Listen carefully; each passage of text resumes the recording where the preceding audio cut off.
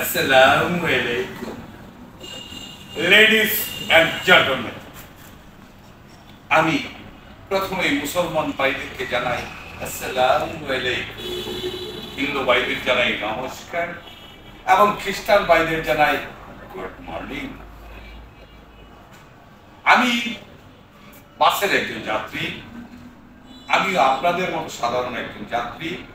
আমি আপনাদের সাথে কিছু কথা বলব। সংবাদ কি আলেন? দুঃসংবাদ যা পড়া দুঃসংবাদ, হ্যাঁ দুঃসংবাদ। যা পড়ালেখার যুদ্ধক্ষেত্রে যুদ্ধ না করে পুতুলের মতো দাঁড়িয়ে আছে। কি বললেন? মির্জা পড়ালেখার যুদ্ধক্ষেত্রে যুদ্ধ না করে পুতুলের মতো দাঁড়িয়ে আছে মির্জা আলী খান।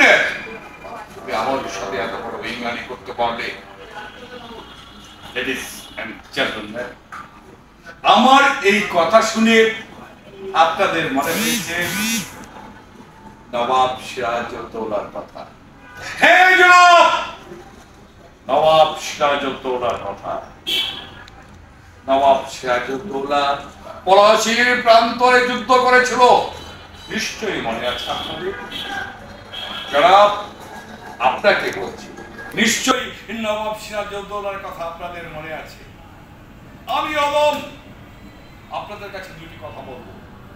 পলাশীর প্রান্তরে যখন যুদ্ধ হয়েছিল, নবাব সিরাজউদ্দৌলার সৈন্যরা যখন চতুর্দিক দিয়ে ঘিরেছিল মীর জাফর আলী খান, তখন তার সৈন্যদেরকে কিন্তু মাঠে নামানো হয় নাই। দুর্ভাগ্যবশত লর্ড ক্লাইভ তার সৈন্য নিয়ে প্রস্তুত ছিল পলাশী প্রান্তরের অন্য প্রান্তে। নিশ্চয়ই আপনাদের মনে আছে নবাব সিরাজউদ্দৌলার সৈন্যরা যে পলিটিক্সটা করেছিল সেটাও আপনাদের জানা আছে। প্রত্যেকে পলাশীর প্রান্তরে আম গাছের মাথায় দিয়ে উঠেছিল। যখন লর্ড ক্লাইভ যখন তার দূরবীন দিয়ে দূর থেকে দেখছিল, কি ব্যাপার নবাব সিরাজউদ্দৌলার সৈন্যরা কোথায়, কাউকেই তো দেখছি না।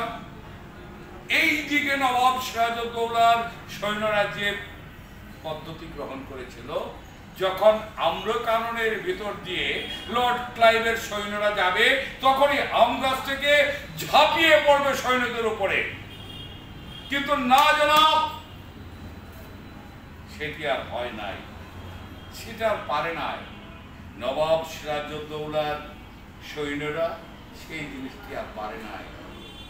কেন পারে নাই জনাব? যদি আমাকে প্রশ্ন করেন কেন পারে নাই, কারণ হলো নবাব সিরাজউদ্দৌলার যে সৈন্যরা ছিল তার ভিতরে একজনের, হ্যাঁ জনাব একজনের শুধুমাত্র চুলকানি ছিল, চুলকানি।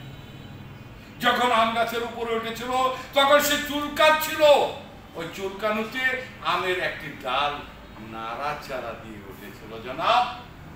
আর তখন এই লর্ড ক্লাইভ দূর থেকে তার দূরবীন দিয়ে দেখলো সমস্ত সৈন্য আম গাছের উপরে।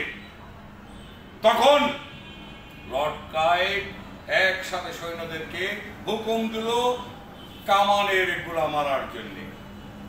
ওইখানেই কিন্তু পতন হয়েছিল নবাব সিরাজউদ্দৌলার। হ্যাঁ জনাব, আমি এসছি আপনাদের কাছে খাউজানির মলম নিয়ে, চুলকানির মলম নিয়ে।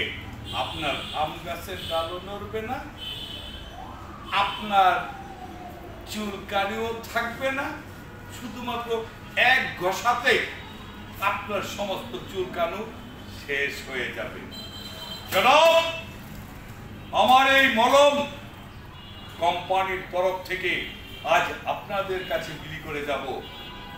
কোম্পানি যদিও 50 টাকা মূল্য নির্ধারণ করেছে, কিন্তু আমার পক্ষ থেকে আমি 40 টাকা লেস করে দিয়েছি জনাব, মাত্র 10 টাকা 10 টাকা 10 টাকা।